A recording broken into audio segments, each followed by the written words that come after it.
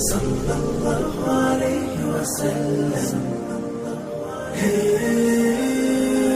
الرحمن الرحيم نحمده ونصلي ونسلم على رسوله الكريم أما بعد فأعوذ بالله من الشيطان الرجيم بسم الله الرحمن الرحيم قل للمؤمنين يغضوا من أبصارهم ويحفظوا فروجهم ذلك أزكى لهم إن الله خبير بما يصنعون وقل للمؤمنات يغضضن من أبصارهن ويحفظن فروجهن صدق الله العظيم.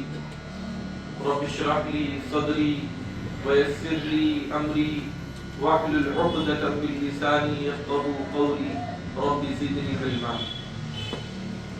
محترم بزرگوں، دوستوں، پیارے عزیز دینی اسلامی غیرت مند بھائیوں، آج کی گفتگو کا عنوان ہے عورت اور بے پردگی کی شناعت اور اس کی قباحت اور اس کے نتیجے میں ہونے والے نقصانات. عورت اللہ رب العزت کی عظیم نعمت ہے.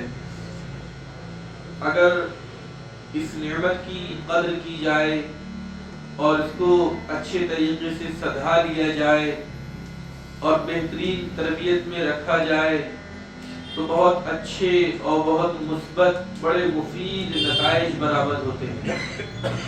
اور اگر خدا نخواستہ اس نعمت کی ناقدری کی جائے، اس نعمت کی تعلیم میں، اس نعمت کی تربیت میں جیسی دلچسپی لینی چاہیے، جو مشقتیں برداشت کرنی چاہیے، اگر ان کو برداشت نہ کیا گیا تو پھر وہ نقصانات سامنے آتے ہیں اور ایسا ضرر امت کو پہنچتا ہے کہ جس کی تلافی بہت مشکل سے ہو پاتی ہے. حدیث پاک کے اندر آتا ہے کہ ساری دنیا یہ فائدہ اٹھانے کی چیز ہے. انسان فائدہ اٹھاتا بھی ہے، لیکن حدیث پاک میں یہ بھی آتا ہے خیر متاع الدنیا المرأة الصالحہ او کما قال، کہ سب سے بہترین دنیا کے اندر فائدہ اٹھانے کی اگر کوئی چیز ہے تو نیک صالح خاتون ہے، نیک عورت ہے. کہ انسان سوچتا ہے کہ میرے پاس یہ مال آ جائے گا تو اس سے یہ فائدہ اٹھائیں گے، میرے پاس یہ جائیداد آ جائے گی تو اس سے یہ فائدہ اٹھائیں گے، میرے پاس یہ مکان آ جائے گا تو اس سے یہ فائدہ اٹھائیں گے.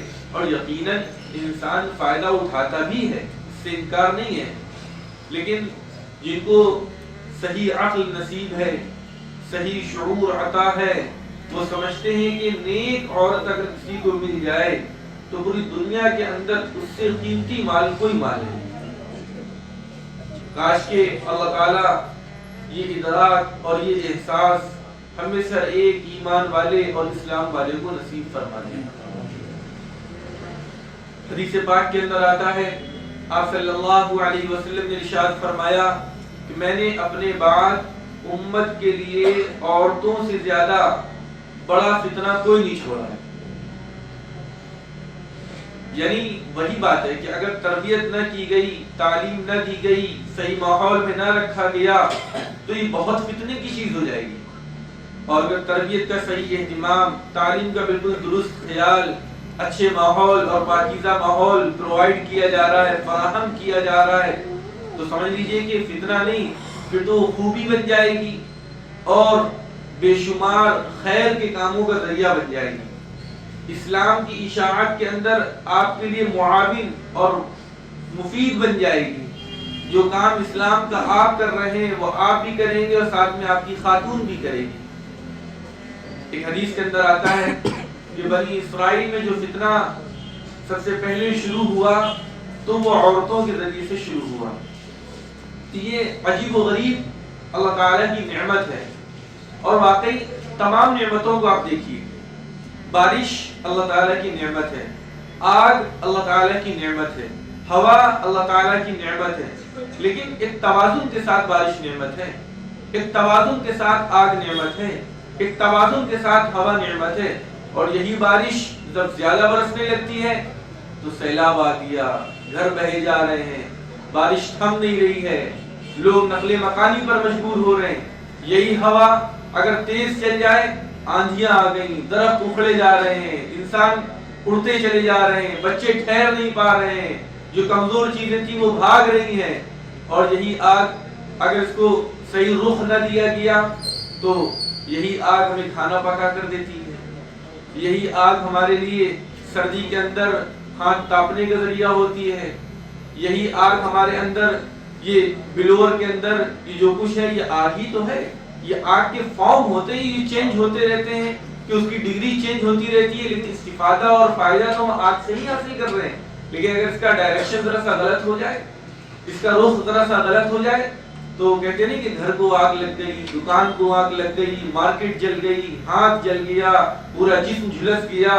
تو کہنے کا منشا یہ کہ جتنی نعمتیں ہیں ایک توازن کے ساتھ سب نعمت ہیں، جب ان کو صحیح رخ پر رکھا جائے اور صحیح سمت پر رکھا جائے، جس سمت پر رکھنے کی تعلیم آپ صلی اللہ علیہ وسلم کی طرف سے ہمیں اور آپ کو ملی ہے.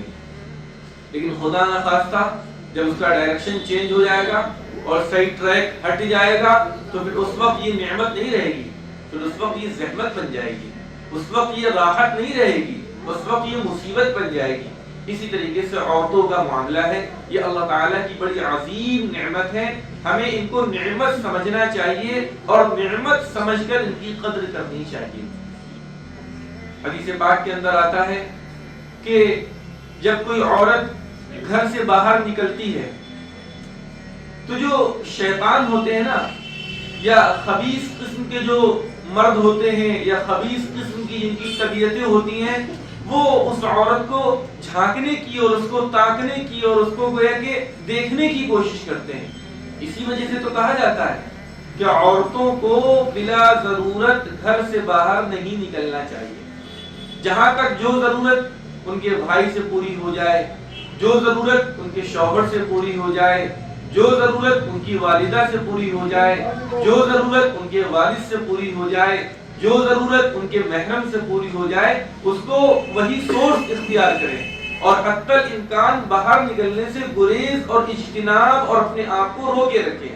لیکن اگر کوئی ضرورت ایسی ہے کہ محرم کے ذریعے سے کام نہیں ہو پا رہا ہے، یا کوئی ضرورت ایسی ہے کہ محرم موجود ہی نہیں ہے، یا کوئی ضرورت ایسی ہے کہ اگر ہم کسی اور واسطے کو استعمال کریں گے تو فائدے کے بجائے نقصان کا اندیشہ ہو سکتا ہے، تو ایسے شدید ضرورت کے موقع پر نکلنے کی اجازت بھی ہے. اسلام نے ایسی حد بندی عورتوں پر نہیں لگائی ہے کہ جو ہے عورتوں کے لیے آسانیاں ختم ہو جائیں. اسلام نے عورتوں پر ایسی پابندی نہیں لگائی ہے کہ عورتوں کی جو ضروری چیزیں ہیں یا جو ان کو آسانیاں ہیں وہ بالکل ختم ہو جائیں. اسلام تو بہت ایڈوانس قسم کا مذہب ہے. لوگ کہتے ہیں کہ آج ہم لبرل ہو جا رہے ہیں، لبرلزم کو اختیار کر رہے ہیں. میں یقین کے ساتھ کہتا ہوں کہ اسلام سے زیادہ لبرل کوئی مذہب نہیں ہے، اسلام سے زیادہ ایڈوانس کوئی مذہب نہیں. کیا مطلب لبرل اور ایڈوانس ہونے کا؟ یعنی آپ لبرل اپنے آپ کو کیوں کہہ رہے ہو، آپ ایڈوانس اپنے آپ کو کیوں کہہ رہے ہو؟ شاید اسی وجہ سے تو کہہ رہے ہو نا کہ کسی کا حق ضائع نہ ہو. تو اسلام سے زیادہ حقوق ادا کرنے والا کوئی اور مذہب ہے ہی نہیں. اسلام سے زیادہ بندوں کا خیال رکھنے والا کوئی مذہب ہے ہی نہیں. اسلام سے زیادہ بندیوں کا خیال رکھنے والا کوئی مذہب ہے ہی نہیں. اسلام سے زیادہ معاشرے اور سوسائٹی کی پاکیزگی کا خیال رکھنے والا کوئی مذہب ہے ہی نہیں. تو اسلام بہت ایڈوانس مذہب ہے. تو بظاہر جو لوگ اشکال کرتے ہیں اور اعتراض کرنے کی کوشش کرتے ہیں، ارے اسلام نے تو عورتوں کو چار دیواری کے اندر بند کر کے رکھ دیا اور جکڑ کر کے رکھ دیا، اب عورت کہیں جا نہیں سکتی. بات اس کی نہیں کہ جا نہیں سکتی، یہ اللہ تعالیٰ کی طرف سے کام تقسیم ہوتے ہیں.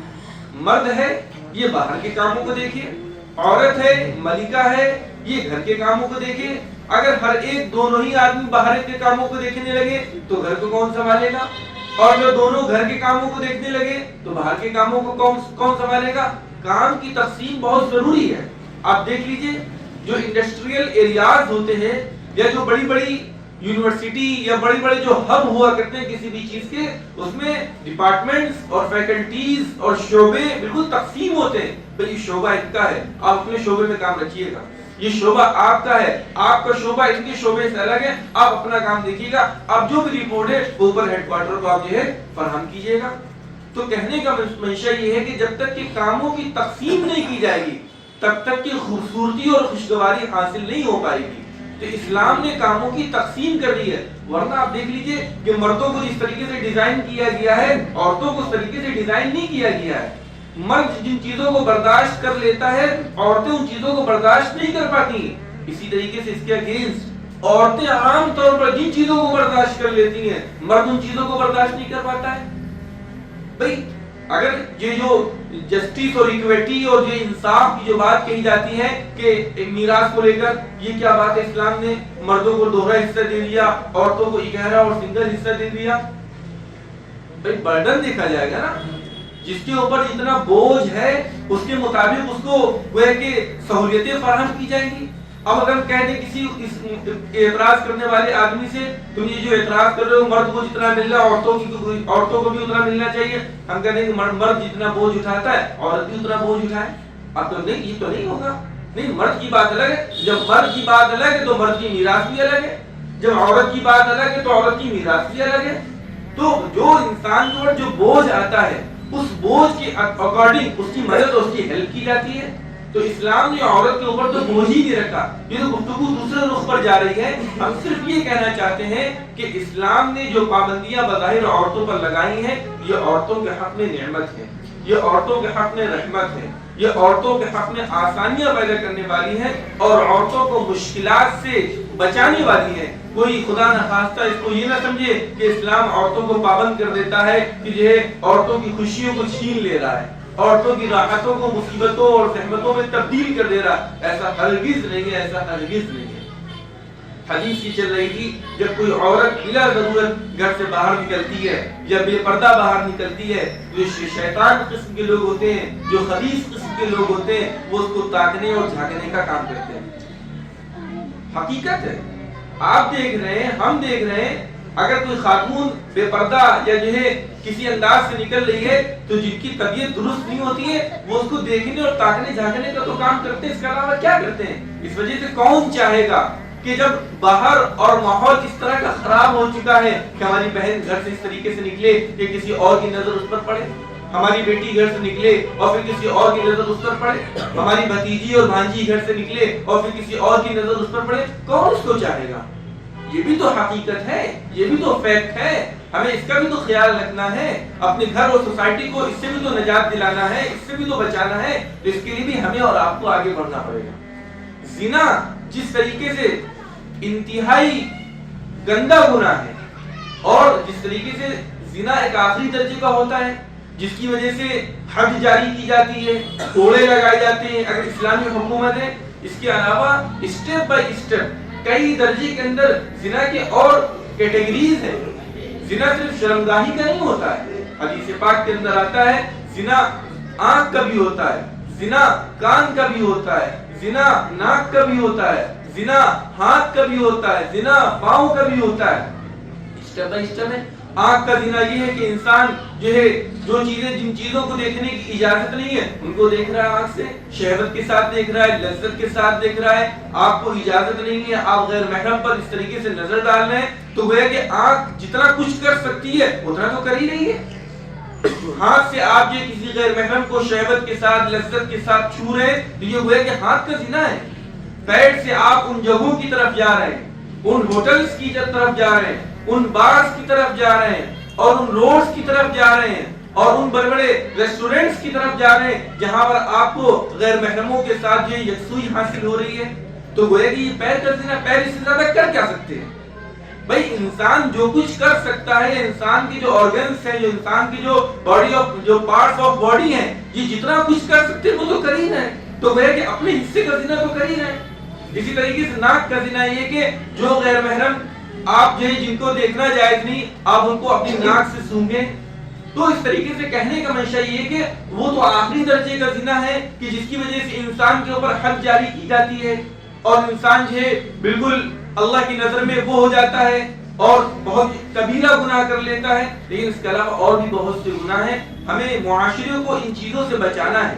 اللہ تعالیٰ نے اسی وجہ سے قرآن پاک سورہ نور آیت نمبر 30 میں فرمایا اور آیت نمبر 31 میں فرمایا قُلْ لِلْمُؤْمِنِينَ يَغُضُّوا مِنْ أَبْصَارِهِمْ وَيَحْفَظُوا فُرُوجَهُمْ ذَلِكَ أَزْكَىٰ لَهُمْ. اے پیغمبر آپ ایمان والے مردوں سے کہہ دیجئے کہ اپنی نگاہوں کو پست رکھیں، نیچے رکھیں، جھکا کے رکھیں اور اپنی شرمگاہوں کی حفاظت رکھیں. ذالک ازکا لہم، یہ عمل نگاہوں کو نیچے رکھنا، شرمگاہوں کی حفاظت کرنا، یہ ان کے لیے زیادہ پاکیزگی پیدا کرنے والا ہے. ان اللہ خبیر بما یصنعون، اللہ تعالیٰ ان تمام چیزوں سے باخبر ہے جس کو انسان کرتے ہیں. اس کی اہمیت کی وجہ سے اللہ تعالیٰ نے مردوں کے ساتھ ساتھ عورتوں کے لیے مستقل ایک آیت اتاری. فرمایا آیت نمبر 31 میں وَقُلْ لِلْمُؤْمِنَاتِ يَغْضُضْنَ مِنْ أَبْصَارِهِنَّ وَيَحْفَظْنَ فُرُوجَهُنَّ. اے پیغمبر آپ نے جس طریقے سے ایمان والے مردوں سے کہا ہے کہ اپنی نگاہوں کو نیچے رکھیں، ایسے ہی ایمان والی خواتین سے کہہ دیجئے، ایمان والی مستورات اور ایمان والی لیڈیز اور عورتوں سے کہہ دیجئے کہ اپنی نگاہوں کو پست رکھے اور اپنی شرمگاہوں کی حفاظت رکھے. تو یہ بہت اہم چیز ہے، لیکن اس زمانے کے اندر بدنظری بہت عام ہو گئی ہے. آنکھ کا گناہ اور محرم اور غیر محرم کا جو ایک فرق ہے، اور یہ فرق معاشرے کی عفت اور عصمت کا ضامن ہے، معاشرے کی خوشگواری اور اس کی ناموس کی حفاظت کا ذریعہ ہے. یہ فرق اس زمانے میں مٹتا چلا جا رہا ہے، یہ فرق اس زمانے کے اندر ختم ہوتا چلا جا رہا ہے. آپ دیکھ لیجئے کہ ہم میں سے کتنے نوجوان ایسے ہوں گے یا ہم میں سے کتنی لڑکیاں اور کتنی عورتیں ایسی ہوں گی جن کو یہ معلوم ہوگا کہ محرم کس کو کہتے ہیں اور غیر محرم کس کو کہتے ہیں. بہتوں کو نہیں معلوم ہے. ایک موٹا سا فرق تو یہ ہے کہ بھائی محرم وہ ہے جس سے شادی نہ ہو، غیر محرم وہ ہے جس سے رشتہ ہو جائے شادی والا، ایک فرق یہ ہے. لیکن یہ کون کون سے ہیں ذرا سا آپ کسی سے کہا جائے کہ گناؤ کہ کن سے رشتہ نہیں ہو سکتا ہے اور کن سے رشتہ ہو سکتا ہے، تو بہت سے نوجوان نہیں بتا پائیں گے، بہت سی لڑکیاں نہیں بتا پائیں گی. اور ہم لوگ الحمدللہ فخر کے ساتھ اپنے آپ کو مسلمان کہتے ہیں اور اسی فخر کے ساتھ اپنی موت کو پسند بھی کرتے ہیں. لیکن ضرورت ہے کہ زبان کی محنت سے زیادہ، دعووں اور نعروں کی محنت سے زیادہ حقیقت کو اپنے دل میں اتارا جائے اور اس حقیقت کے مطابق اپنی زندگی کو آراستہ اور سنوارا جائے. بھئی جن سے رشتہ ہو سکتا ہے وہ یہ ہے بھئی خالہ زاد بھائی بہن، ماموں زاد بھائی بہن، پھوپھی زاد بھائی بہن، یہ جو رشتے ہیں ان سے رشتہ ہو سکتا ہے. بھئی خالہ کی لڑکی سے بھی رشتہ ہوتا ہے، خالہ کے لڑکے سے بھی رشتہ ہوتا ہے، ماموں کی لڑکی سے بھی رشتہ ہوتا ہے، ماموں کے لڑکے سے بھی رشتہ ہوتا ہے، پھوپھی کی لڑکی سے بھی رشتہ ہوتا ہے، پھوپھی کے لڑکے سے بھی رشتہ ہوتا ہے. تو جن سے رشتہ ہوتا ہے آپ ان سے پردے کی عادت ڈلوائیے. اگر آپ کا بیٹا ہے، ہمارا بیٹا ہے، ہمارا بھائی ہے، ہماری بہن ہے، تو جو گھر کے بڑے ہیں ان کو بچپن سے اس طریقے کی عادت ڈلوائی جائے. تو بچی ہے تو اس کو سمجھایا جائے بیٹی دیکھو ان سے ہمارا پردہ ہے، ہم عورتوں کا ان سے پردہ ہے. بیٹا ہے تو اس کو بتایا جائے بیٹا دیکھو ہمارا ان عورتوں سے پردہ ہے. بیٹی کو بتایا جائے بیٹی ہمارا ان لڑکوں سے ان مردوں سے پردہ ہے، ہمیں ان سے پردہ کرنا چاہیے. آپ دیکھ لیجئے کہ حضرت مولانا ابوالحسن علی ندوی رحمۃ اللہ علیہ کی والدہ اپنی یہ کتاب میں لکھتی ہیں کہ عورتوں کو چاہیے کہ ہر جگہ اپنی بیٹیوں کو لے کر نہ جائیں، کہ پتہ چلا جب بھی خالہ کے وہاں جانا ہو رہا ہے تو بیٹیوں کو لے کے جانے، کیونکہ خالہ کی لڑکی بھی وہاں پر ہے. جہاں بجائے اس میں صلہ رحمی بھی ہے وہیں فطرے کا اندیشہ بھی ہے. اس وجہ سے ہر جگہ عورتوں کو اپنی بیٹیوں کو نہیں لے کے جانا چاہیے. جہاں پر پردے کا اہتمام ہو، پردے کا پورا ماحول ہو، وہاں پر لے کے جانا چاہیے. آج گھر کے اندر جو ہے ہم کوئی بھی چیز بک کرتے ہیں فلپکارٹ سے، اس سے ڈیلیوری بوائے آ رہا ہے، لیکن گھر کے اندر عورتوں کو یا والدین کو احساس نہیں ہے. کوئی بھی آ رہا ہے بیٹی سے کہہ دیا کہ اس کو کھول کے جو ہے سامان لے لو، جو پیسے دے دے پیسے دے دو. تو یہ سب باریکیاں ہیں، آپ ان سے بچیے، اپنے آپ کو بچائیے. اس وجہ سے نہیں کہ وہاں کچھ کوئی گناہ ہو جائے گا.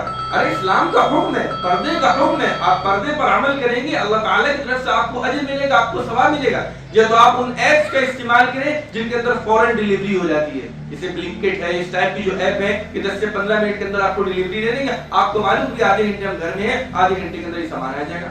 یا اگر آپ کو ایسا سامان بک کرنا ہے جو اس میں نہیں ملتا ہے، دوسرے ایپس پہ ملتا ہے، وہاں پر جا کے آپ کو خریدنا پڑے گا. تو یا تو آپ اس دن کا انتخاب کریں جس دن آپ گھر کے اندر موجود ہوں. مطلب کہنے کا منشا یہ کہ آپ ان چیزوں کو سمجھیے. اسی طریقے سے ہم اپنی بچی کو تعلیم دلوا رہے ہیں تو ایک تو اتنا بہت مجبور ہے، ہمارا جو ٹیوٹر ہے، ہمارا جو ٹیچر ہے وہ اتنا زیادہ صلاحیتوں کا مالک ہے کہ اس جیسا شہر میں ملنا مشکل ہے. بھئی مجبوری میں اپنی بیٹی کو اس سے پڑھوا رہے ہیں. لیکن ایک بچہ ہے جو آسانی سے 4th کلاس میں 5th کلاس میں 9th میں ہے 10th میں ہے، جس طریقے سے اس کو ایک ٹیچر مرد پڑھا رہا ہے اسی طریقے سے ایک لیڈی بھی پڑھا سکتی ہے. ہم بلا وجہ اپنی بیٹی کو عورت کو چھوڑ کر مرد سے پڑھوا رہے ہیں. تو بہرحال سب چیزیں غور کرنے کی، اپنے بچوں کو اپنی بچیوں کو پردوں کی چیزیں بتائیے، کن سے ہمارا پردہ ہے کن سے ہمارا پردہ نہیں. خود والدین اس کا احترام کریں، اس کا جو اہتمام کریں. جب والد اس کا اہتمام کریں گے اور والدہ اس کا اہتمام کریں گے، انشاءاللہ اللہ محالہ بچوں پر اس کے اثرات اس کے نتائج مرتب ہوں گے اور آپ کی زندگی خوشگوار بنے گی. کہنے کو بہت کچھ ہے، وقت مختصر ہے. انشاءاللہ آئندہ اس موقع پر اس موضوع پر گفتگو کی جائے گی. اللہ تعالی ہم سب کو پاکیزہ زندگی گزارنے کی توفیق نصیب فرمائے. آمین.